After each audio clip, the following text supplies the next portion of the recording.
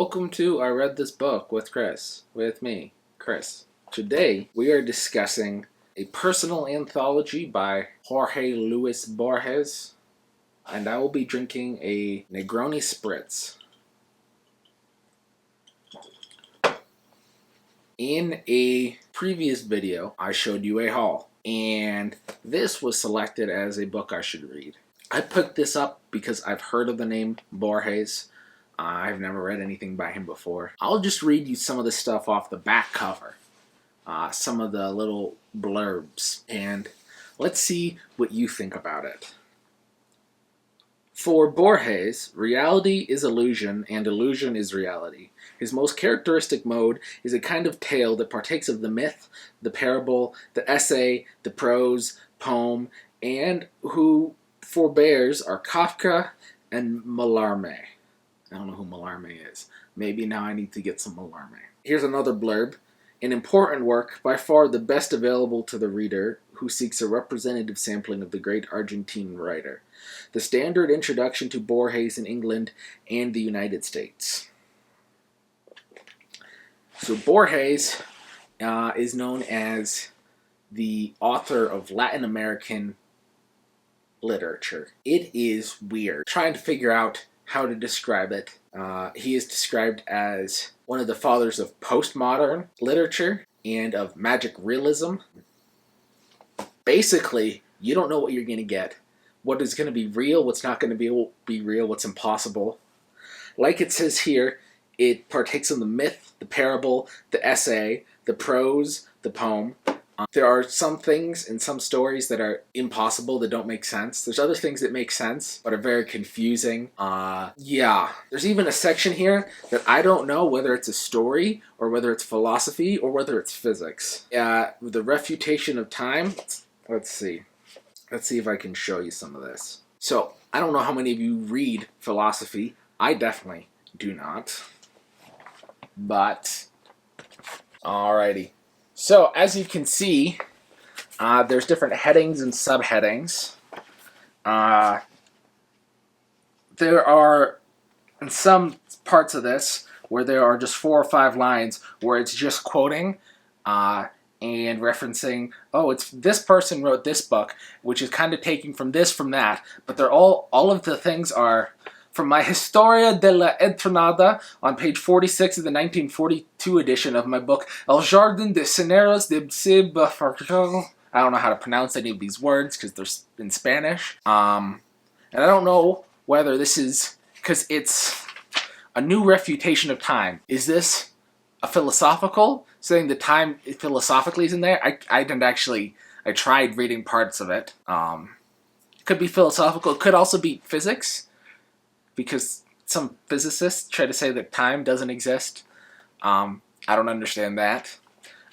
It could be a story which is discussing this, but in the way where, like, you know, where it's in essay form, but it's an actual story. So, another thing interesting about this is there are a lot of stories.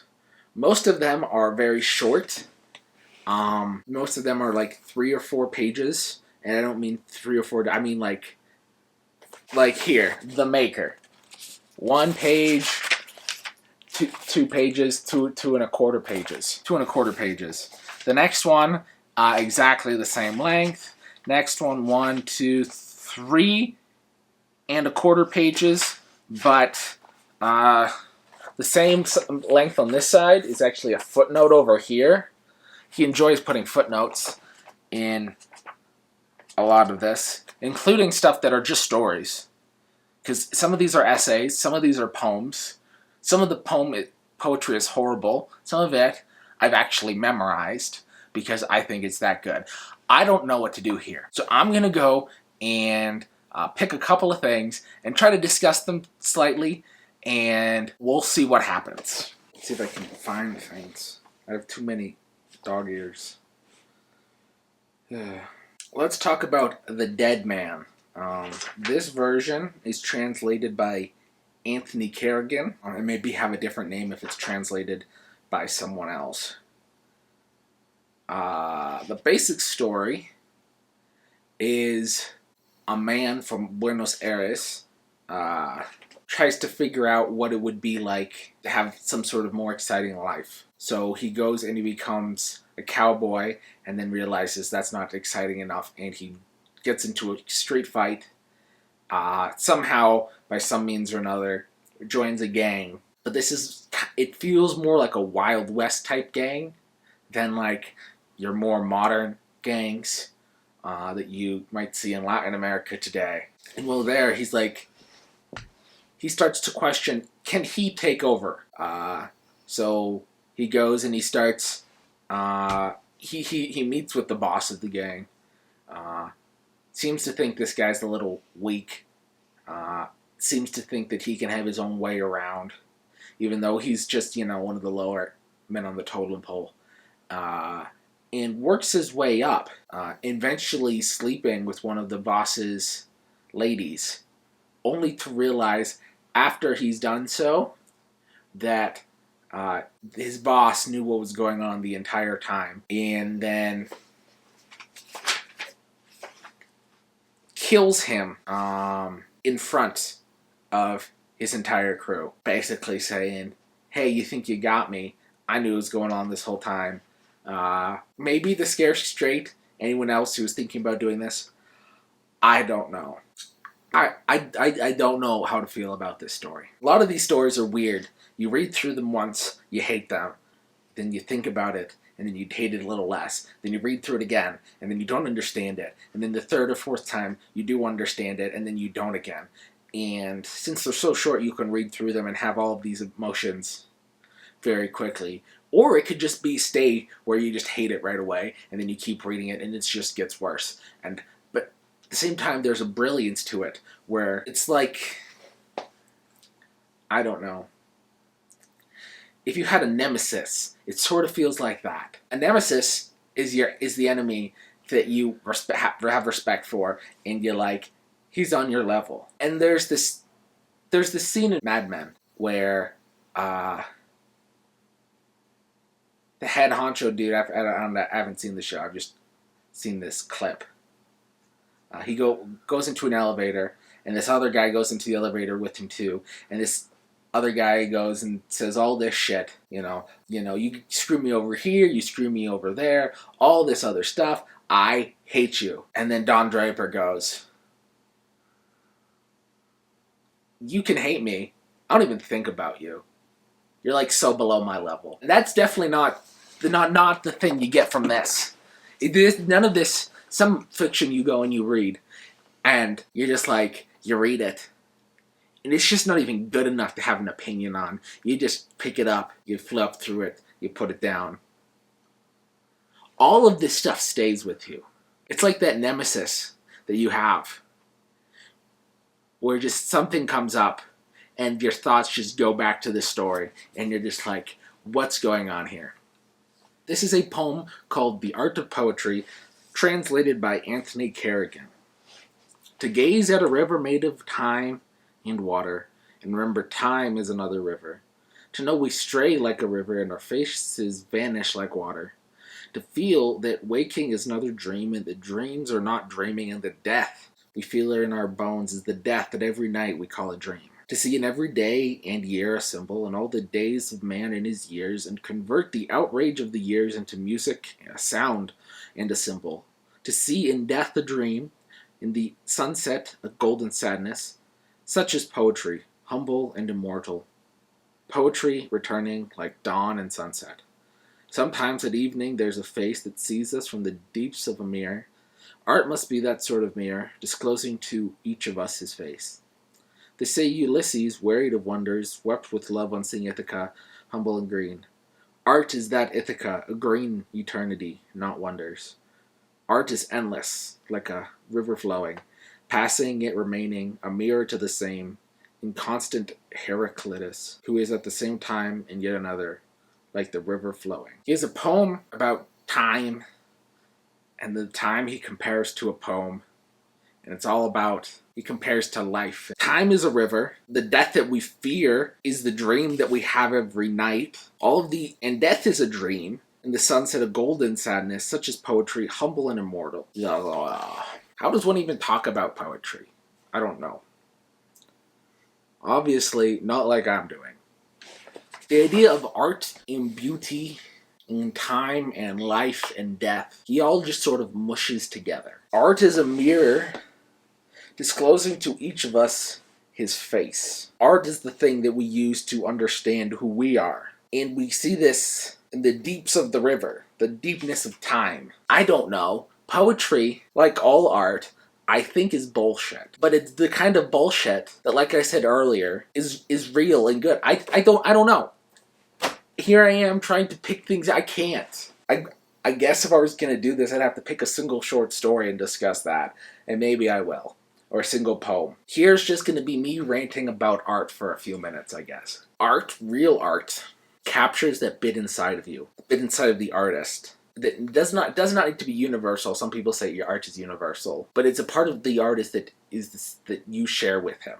You and the artist have this thing in common, which is tied together by art. But a lot of art is bullshit. And if you ask artists what they think that they made, quite often they are so far wrong. We don't need to know what the artist meant. If you go and you look at art from artists long dead, you can connect with it. In the same way that you can connect with art nowadays that's modern without knowing anything about the person who made it. I was looking up Borges, trying to figure out what was going on here in his anthology, and I got a lot of quotes from him. And a lot of it is postmodern bullcrap.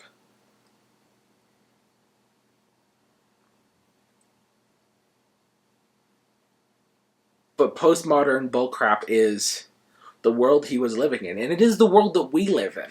Even people who reject postmodernism have to accept the logic that it forces on us in some way. Just like those of us living in the Western world, or in any part of the world that has then been changed at all by Western thought and idea, which is basically the whole world now, have to understand, or even if you don't understand, you have to accept, whether or not you understand, that all Western thought is based in Christianity. Postmodernism generally rejects that, rejects the modern, rejects the past, rejects all of that on a basis of nihilism, which is saying that nothing has meaning. And postmodernism is the existential, comes out of existentialism, kind of, which is you have to make your own meaning, often by rejecting what came before. There's reality, there's unreality, there's fact, there's myth, there's fiction, all woven together. And yet some of what he's saying, he has a lot in here. He talks about Jesuits, who are, it's a school of Catholicism, a lot of Catholic priests and monks and the such are Jesuits. And he also has a story in here called, I think it's The Circle. The Circular Ruins, which is somebody who rejects the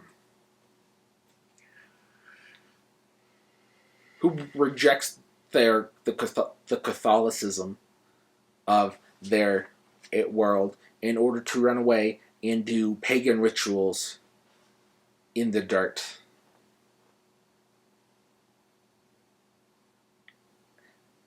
And at the end, walking through fire, having all of these weird sacred visions, he realizes, here, this is the end of the circle.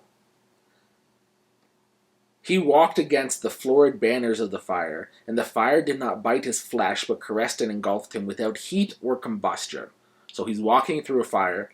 With relief, with humiliation, with terror, he understood that he, too, was all appearance, that someone else was dreaming him.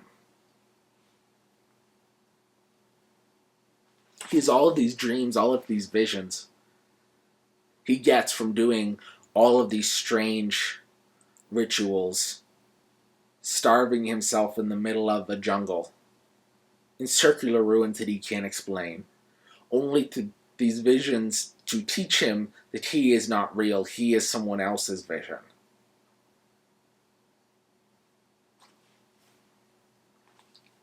I don't know what I'm saying. I keep saying this.